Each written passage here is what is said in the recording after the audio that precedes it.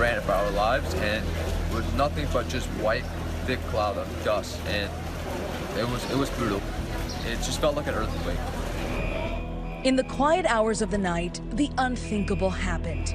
This 136-unit building near Miami Beach came crashing down. Security video from a nearby condo capturing it all.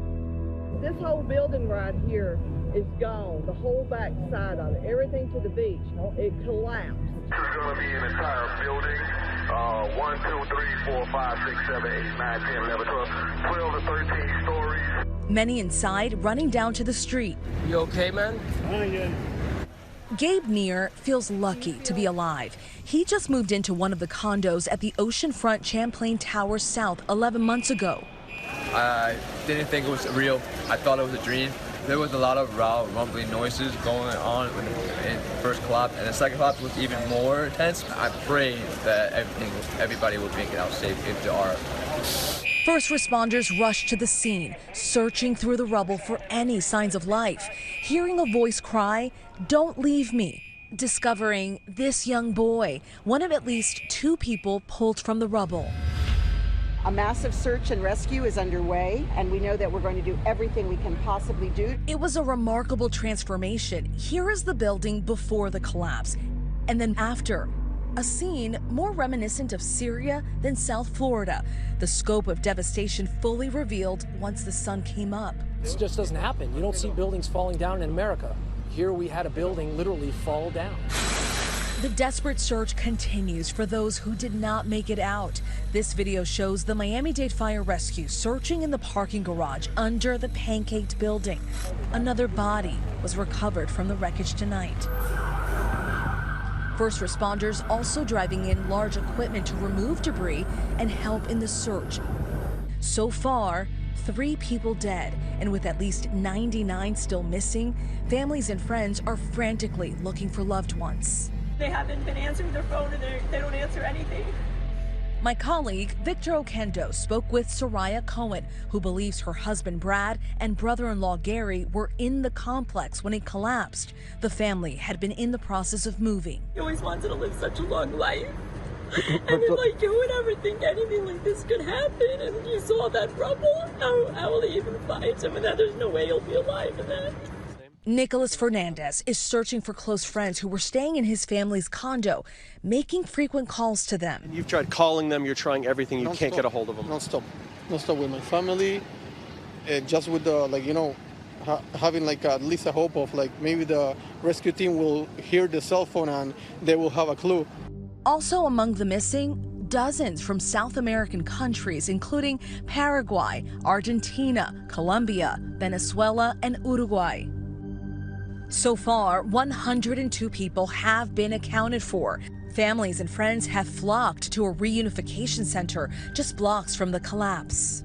What is that process like to try and reunite those folks? We have chaplains, we have different religious groups, we have different types of people, we have the Red Cross, everybody that could help these individuals. They're desperate to know about their family members if they survive this collapse.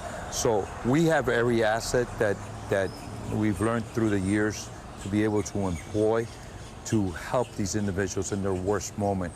The sheer scale of the damage pushing the president to make a vow. I made it clear, I say to the people of Florida, whatever help you want the federal government can provide, we're waiting. Just ask us, we'll be there. We'll be there. The Champlain Towers South were built in 1981 in Surfside, just 6 miles north of Miami. 12 stories with 136 units. It housed a mix of year-round residents, snowbirds, and part-time renters. For decades, it stood against hurricane-force winds. The catastrophe happening shortly after 1 a.m.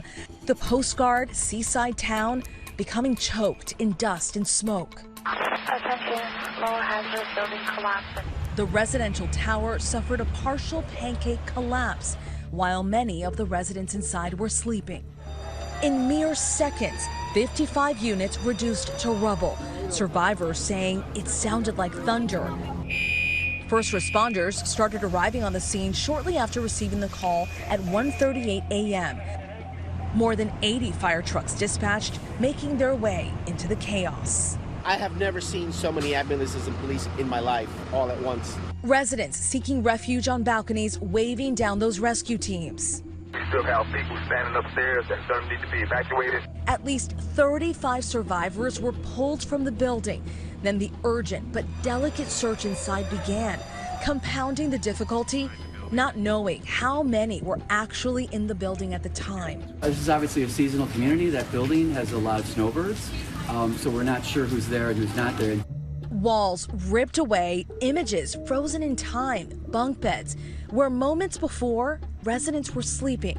The parts of the complex still standing, with precarious concrete chunks, dangling wires and fires, further complicating rescue efforts. Search dogs being brought in to go where rescuers couldn't. And the real heartbreak for me is that, we had the dogs out there this morning looking for people, trying to find people in the rubble. A trauma center nearby also jumping in to help, assembling a staff and supplies to send on site. Part of the rescue team included trauma surgeons like Howard Lieberman. He and a team of doctors packing up gear to take onto the scene, ready for any type of emergency. Very often they need to do a field amputation to expedite or to be able to get someone out of a building, a car, whenever they're trapped. It's typical that initially you probably don't have any patients and they slowly trickle in over time. Even though it's very rare, this is not the first time that buildings have collapsed in the nation. In 2015, an apartment building in New York City toppled due to a gas explosion, leaving 2 dead and 19 injured. The most fatal building collapse occurred in Missouri in 1981, when a Hyatt Regency collapsed due to a structural failure, leaving 114 dead and more than 200 injured. But the big question remains, what caused this residential tower to fall?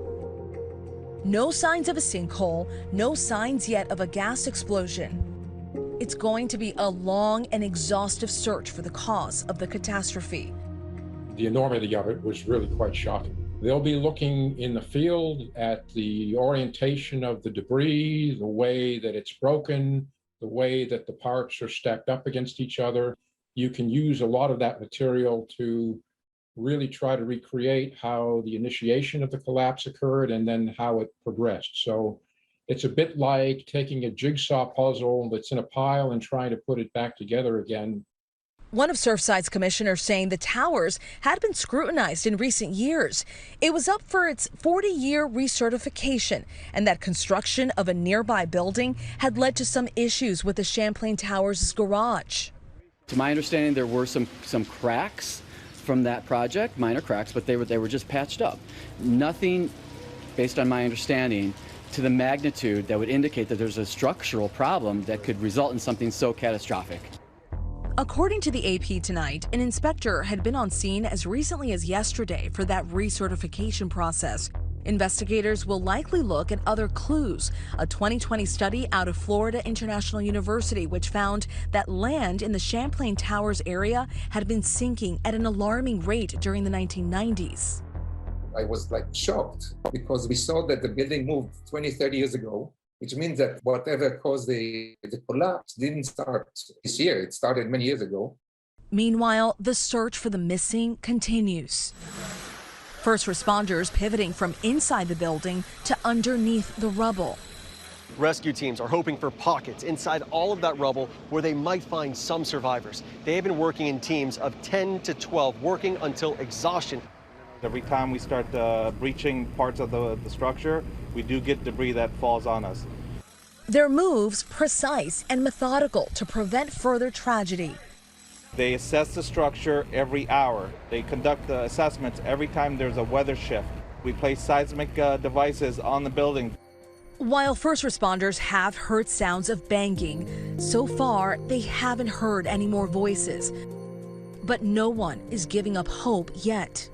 Currently, right now, at this hour, that team is in there trying to find survivors. We hope, with God's help, and we're praying that those sounds that we hear through sonar and the equipment that we have, that those are survivors that are in there in some pocket under all that rubble that is there. And that's what we could hope for. Hi, everyone. George Stephanopoulos here. Thanks for checking out the ABC News YouTube channel. If you'd like to get more videos, show highlights, and watch live event coverage, click on the right over here to subscribe to our channel. And don't forget to download the ABC News app for breaking news alerts. Thanks for watching.